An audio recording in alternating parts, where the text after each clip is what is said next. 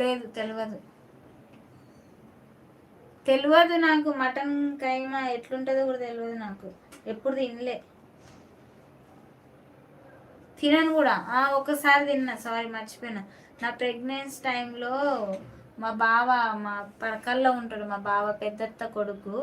ఆ బావ కైమా తింటే మంచిదని చెప్పి మటన్ కైమా తీసుకొచ్చింది. తీసుకొస్తే మటన్ అని మటన్ అన్నారు. కైమా అంటే నాకు తెలియదు ఇంత మెత్త మెత్త గుజ్జు గుజ్జు చేస్తారని. మటన్ అనేసరికి లిటరల్లీ ప్రామిస్గా చెప్తున్నా, ఆ రోజు ఎంత ఫీల్ ఏడ్చిన నేను.